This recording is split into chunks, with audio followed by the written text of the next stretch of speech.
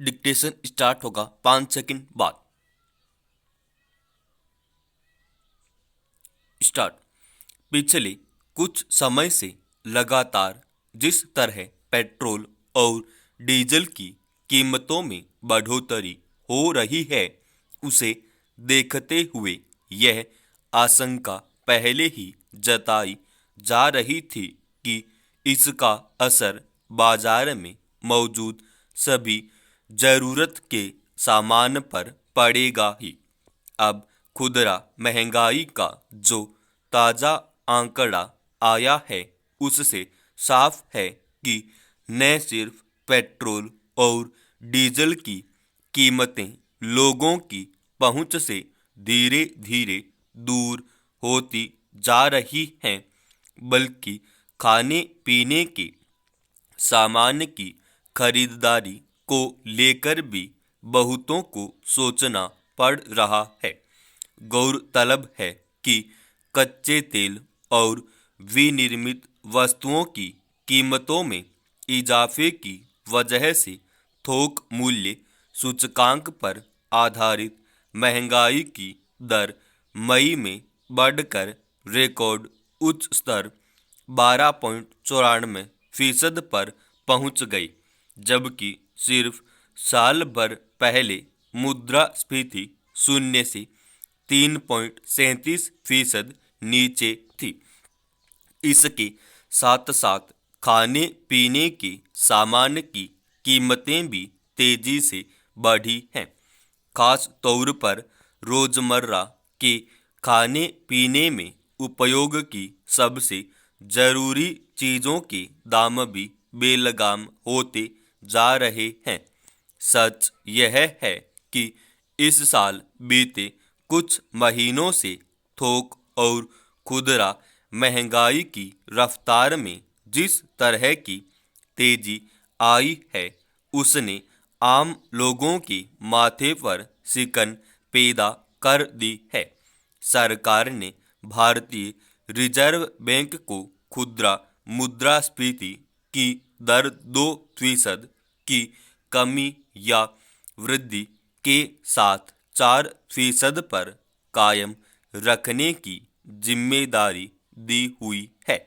यह व्यवस्था मुख्य रूप से देश की आबादी के उस हिस्से की फिक्र में है जिसकी थाली पर बाजार भाव का सीधा असर पड़ता है, लेकिन ऐसा लगता है कि 4% का यह आंकड़ा अब महज औपचारिक दस्तावेजों तक सिमट कर रह गया है। अंदाजा इससे लगाया जा सकता है कि खुदरा महंगाई दर मई में उछलकर 6.3% पर पहुंच गई। सवाल है कि जिस दौर में कम से कम रोजमर्रा की सबसे जरूरी चीजों की कीमतों को नियंत्रण में रखने की जरूरत है, वैसे में आखिर वे कौन सी नीतियां लागू हो रही हैं जिनमें महंगाई पर लगाम लगने के बजाय इसमें और ज्यादा इजाफा होता जा रहा है। एक और पेट्रोल का दाम कई राज्यों में 100 रुपये प्रति लीटर से पार कर चुका है, तो डीजल भी इसके करीब है। वहीं खाने पीने की लगभग सभी वस्तुओं की कीमतों में बेलगाम बढ़ोतरी ने आम लोगों के सामने बहुस्तरीय चुनौती खड़ी कर दी है। यह किसी से छिपा नहीं है कि पिछले लगभग 1.5 साल से ज्यादातर लोग गंभीर आर्थिक मुश्किलों से जूझ रहे हैं।